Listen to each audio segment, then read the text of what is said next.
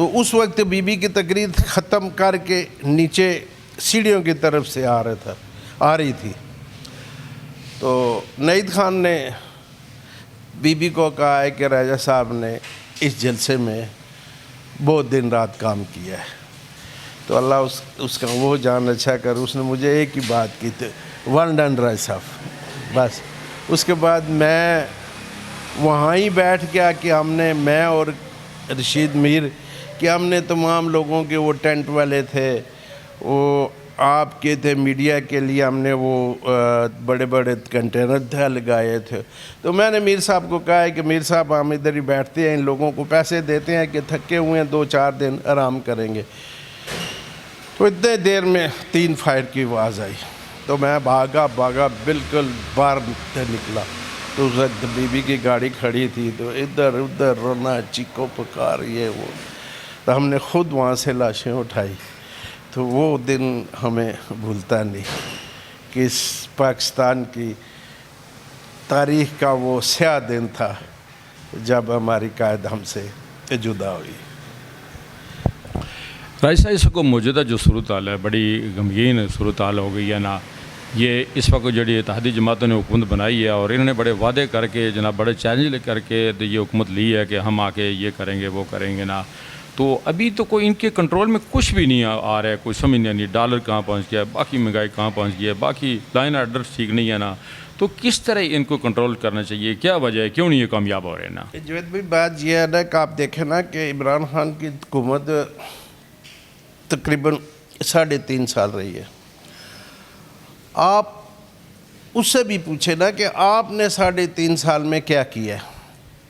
ہماری تاتی حکومت تو ابھی میرا خیال ہے 3 مہینے یا 4 مہینے ہوئی ہے، تو یہ جتنی پچھلی حکومتیں کو جو غلط کام تھے یا غلط اپنا ایگریمنٹ کیے ہوئے تھے، وہ اس کی خمارہ جو ہے یہ مدوجہ حکومت بھگت رہی ہے۔ آپ دیکھیں نا کہ جہاں بھی ہوتا ہے 2-4 آدمی ہو تو ان کی اپنی سوچ ہوتی ہے۔ میں تو یہ داد دیتا ہوں آصف علی زرداری صاحب کو اور مولانا فضل الرحمان کو، یہ تمام جماعتوں کو جنہوں نے ان سب کو یکساں کیا اور اس اپنا عمران فتنے کا جو مقابلہ کر رہے ہیں، تو انشاءاللہ کوئی ایسی بات نہیں، 2-4 مہینے کی بات ہے، انشاءاللہ ٹھیک ہوگی۔ تو الیکشن انشاءاللہ جو کچھ ہونا تھا وہ تو ہو گیا، انہوں نے جتنی قربانی دینی تھی دے دی، اس کا نقصان بھی اٹھا لیا۔